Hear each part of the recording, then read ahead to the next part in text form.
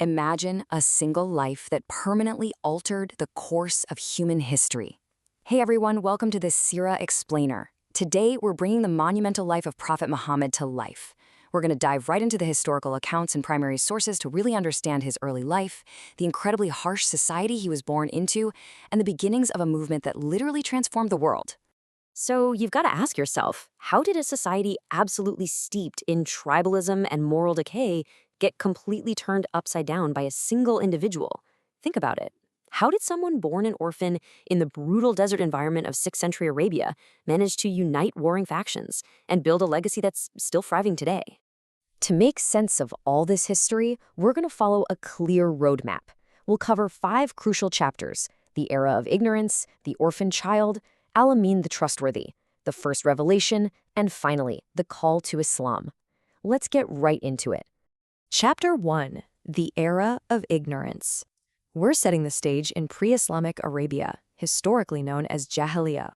We're looking at an extreme societal contrast here. On one side, you have a culture where unimaginable cruelty, like female infanticide, was actually practiced out of a warped sense of pride. I mean, tribal blood feuds could literally last for generations over something as minor as grazing rights.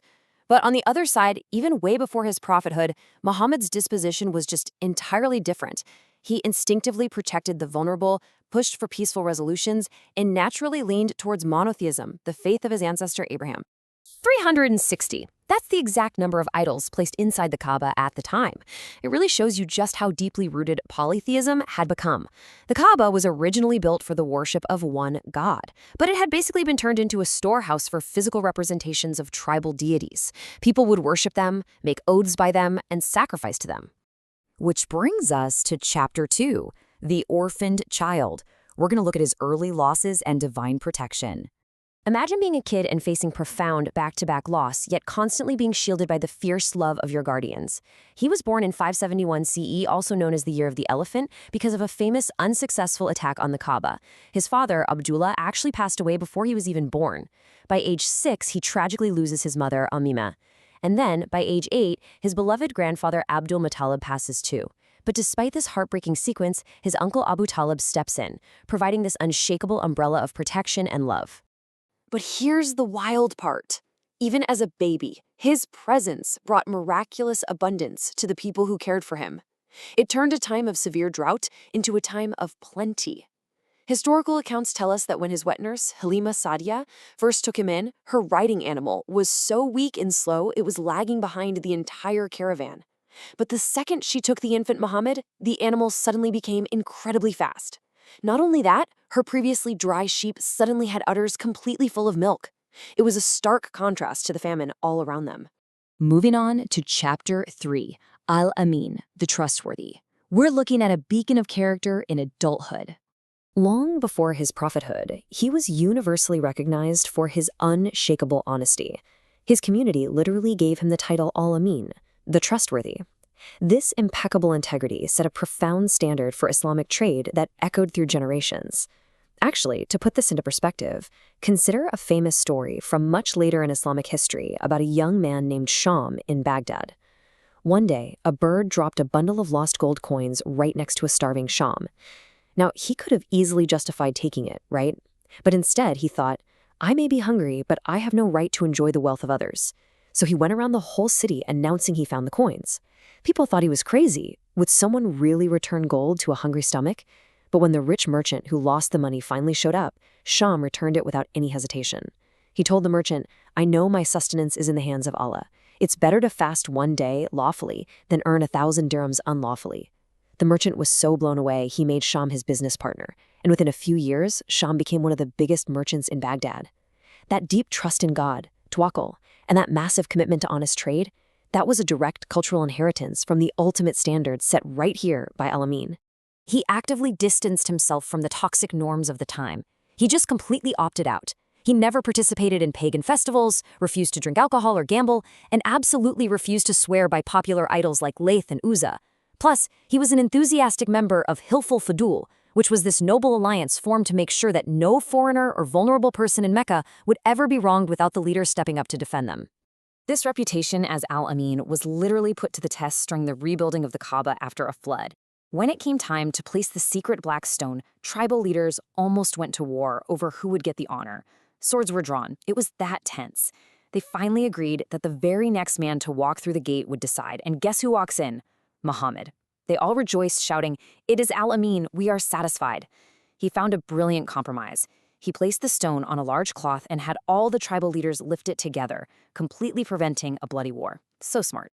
And his integrity wasn't just a personal trait, it was the foundation of his livelihood. It really shows how honest trade is ultimately rewarded. His reputation caught the attention of Khadija, a highly respected, noble, and wealthy businesswoman. She hired him to lead a massive trade caravan to Syria. When her servant reported back on his exceptional honesty and the incredible profits he brought in, she actually proposed to him. Their beautiful, supportive marriage would become the absolute cornerstone of his life for the difficult years ahead. And that brings us to Chapter 4, the first revelation. The light descends in the cave of Hira. So the suffocating spiritual darkness of Mecca really started to weigh on him. It drove him to seek isolation. As he approached the age of 40, he began taking provisions and just retreating up to the cave of Hira on Mount Nur for days at a time. He'd sit high above the city, meditating, pondering over the creation of the universe, and really just agonizing over the sad moral state of his people, searching for the truth. Then, out of nowhere, the angel Jibril appears with a command that shook him to his core. "Read." Muhammad responded, "I do not know how to read." The sources say the angel actually physically embraced and squeezed him tightly 3 separate times, repeating the command before finally revealing those majestic first verses of the Quran. "Read, in the name of your Lord who created." It completely shattered the silence of his isolation. In the aftermath of this, we see such an intense, relatable human vulnerability. He rushed down the mountain in absolute terror, his heart pounding out of his chest, begging Khadija to wrap him in a blanket. He literally feared for his life. But Khadija, she immediately anchored him. She didn't doubt his sanity for a second. She looked at his track record and said, "God would never humiliate you, for you maintain family ties, you help the helpless, and you honor your guests." Then, Khadija's cousin steps in to confirm the immense weight of what had just happened, and he drops a massive reality check. Waraka was elderly, blind, but deeply well-versed in previous scriptures. He listened to the story and instantly recognized the signs. He declared that this was the exact same angel, the keeper of secrets who had visited Moses. But he also issued a stark warning. This immense calling would eventually result in his own people turning against him and driving him out of his home. Now we're at Chapter 5, the call to Islam, from secret preaching to public persecution. For the first 3 years, the message is shared strictly in secret, building this deeply resilient foundation. And look at who believed him first. His wife Khadija, his young cousin Ali, his freedman Zayd, his closest friend Abu Bakr. The people who saw him behind closed doors, who knew his character better than anyone else in the world, were the very first to embrace Islam.